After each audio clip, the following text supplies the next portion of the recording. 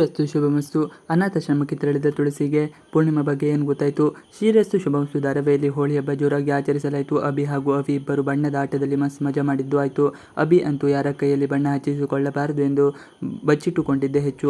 ಮಾಧವ ಗೆದ್ದವರಿಗೆ ಉಡುಗೊರೆಯನ್ನು ಕೊಡುವುದಾಗಿ ಹೇಳಿದ್ದಾರೆ. ಅಂತೂ ಇಂತೂ ತುಳಸಿ ಆಟದಲ್ಲಿ ಸೋತು ಅಭಿ ಗೆಲ್ಲುವಂತೆ ಮಾಡಿದ್ದಾಳೆ. ಅಭಿಗೆ 120 ಕೋಟಿ ಪ್ರಾಜೆಕ್ಟ್ ಸಿಕ್ಕಿದೆ. ಜೊತೆಗೆ ತುಳಸಿಯು ತನ್ನ ಕೀಗಳನ್ನು ಅಭಿಗೆ ನೀಡಿದ್ದಾನೆ. ದತ್ತ ತಾತನ ಮನೆಗೆ ಸಂಧ್ಯಾ ವಾಪಸ್. ಇತ್ತ ಸಂಧ್ಯಾ ಜುಗ್ಗು ಮಾವ ಹೊಸ ಪ್ಲಾನ್ ಮಾಡಿದ್ದಾನೆ. ತನ್ನ ಮನೆ ಇನ್ಮುಂದೆ ತನ್ನ ಪಾಲಿಗಿಲ್ಲ ಎಂದು ಸುಳ್ಳು ಹೇಳಿದ್ದಾನೆ. ತನ್ನ ಮೈದುನ ಮನೆಯನ್ನು ಯಾರಿಗೂ ಮಾರಾಟ ಮಾಡಿದ್ದಾನೆ. ನಾನು ಈ ಕೂಡಲೇ ಮನೆ ಖಾಲಿ ಮಾಡುತ್ತೇನೆ ಎಂದು ಸುಳ್ಳು ಹೇಳಿದ್ದಾಳೆ. ಸೀದಾ ಮನೆಯವರನ್ನು ದತ್ತ ತಾತನ ಮನೆಗೆ ವಾಪಸ್ ಕಳಿಸಿಕೊಂಡು ಬರೆದಿದ್ದಾಳೆ. ತನ್ನ ಮನೆಯನ್ನು ಬಾಡಿಗೆಗೆ ಕೊಟ್ಟು ಅದರಿಂದ ಬರುವ ಹಣವನ್ನು ಕೊಟ್ಟುಕೊಳ್ಳಬೇಕು ಎಂದು ಪ್ಲಾನ್ ಮಾಡಿದ್ದಾಳೆ. ಸಂಧ್ಯಾ ವಾಪಸ್ ಮನೆಗೆ ಬಂದಿದ್ದನ್ನು ನೋಡಿ ದತ್ತ ತಾತ ಫುಲ್ ಶಾಕ್ ಆಗಿದ್ದಾರೆ. ಶುರುವಾಯಿತು ಗತಿಗೆಟ್ಟವರ ನಾಟಕ. ದತ್ತ ತಾತನನ್ನು ಬದಲಾಯಿಸಿ ಜುಗ್ಗು ಮಾವ ಮನೆಯೊಳಗೆ ಹೋಗಿದ್ದಾನೆ. ಇಲ್ಲೇ ಠಿಕಾಣಿ ಹೊಡಬೇಕು. ದತ್ತ ತಾತ ತೀರಿಕೊಂಡ ಮೇಲೆ ಈ ಮನೆಯನ್ನು ತನ್ನ ಹೆಸರಿಗೆ ಮಾಡಿಕೊಳ್ಳಬೇಕು ಎಂದು ಜುಗ್ಗು ಆಲೋಚಿಸಿದ್ದಾನೆ. ಆದರೆ ದತ್ತ ತಾತನಿಗೆ ಜುಗ್ಗದ ದುರಾಲೋಚನೆ ಗೊತ್ತಿದ್ದರೂ ಕೂಡ ಮನೆಯಲ್ಲಿ ಇರಲು ಅವಕಾಶ ಮಾಡಿಕೊಟ್ಟಿದ್ದಾರೆ. ಇವರ ಈ ಹೊಸ ನಾಟಕಕ್ಕೆ ಗತಿಗೆಟ್ಟವರು ಎಂಬ ಹೆಸರಿಟ್ಟಿದ್ದಾರೆ. ಇನ್ನು ಸಂಧ್ಯಾ ವಾಪಸ್ ಬಂದಿರುವುದು ಸಮರ್ಸರಿಗೂ ಕೊಂಚವೂ ಇಷ್ಟವಿಲ್ಲ. ಆದರೆ ಈ ಮನೆಯಲ್ಲಿ ಜಾಗ ಕೊಡದಿದ್ದರೆ ತುಳಸಿ ಮನೆಗೆ ಹೋಗುವುದಾಗಿ ಹೆದರಿಸುವುದರಿಂದ ಜುಗ್ಗನ ಮಾತಿಗೆ ಅಂಜಿ ತಾತ ಸುಮ್ಮನಿದ್ದಾರೆ. ಆದರೆ ಮನೆಯಲ್ಲಿ ನಿಧಾನವಾಗಿ ಜಾಗ ಮಾಡಿಕೊಳ್ಳಬೇಕು ಎಂದು ಜುಗ್ಗು ಡಿಸೈಡ್ ಮಾಡಿಕೊಂಡು ಆಗಿದೆ.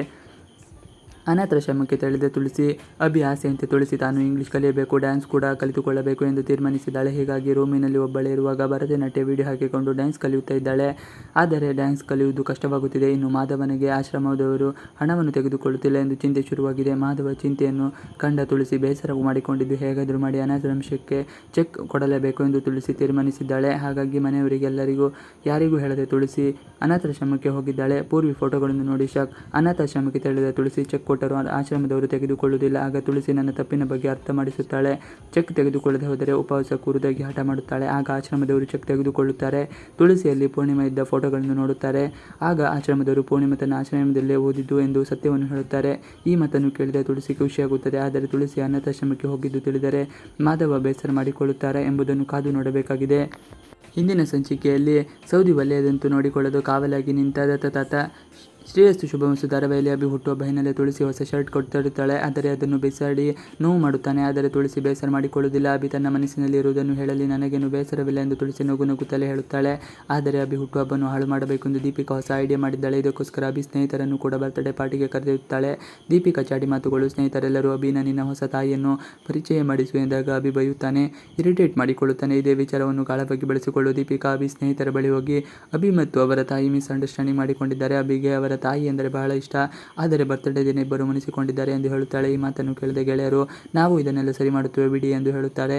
ಆದರೆ ದೀಪಿಕಾಳ ಮಾತಿನ ಹಿಂದಿನ ಅರ್ಥ ತಿಳಿಯುವುದಿಲ್ಲ. ತುಳಸಿಗೆ ನೋವು ಮಾಡಿದ ಅಭಿ ಕೇಕ್ ಕಟ್ ಮಾಡುವ ಸಂದರ್ಭದಲ್ಲಿ ಶಾರ್ವರಿ ಇಷ್ಟಪಟ್ಟು ಚಿಕ್ಕಿಯನ್ನು ಪಕ್ಕದಲ್ಲಿ ನಿಲ್ಲಿಸಿಕೊಳ್ಳುತ್ತಾನೆ.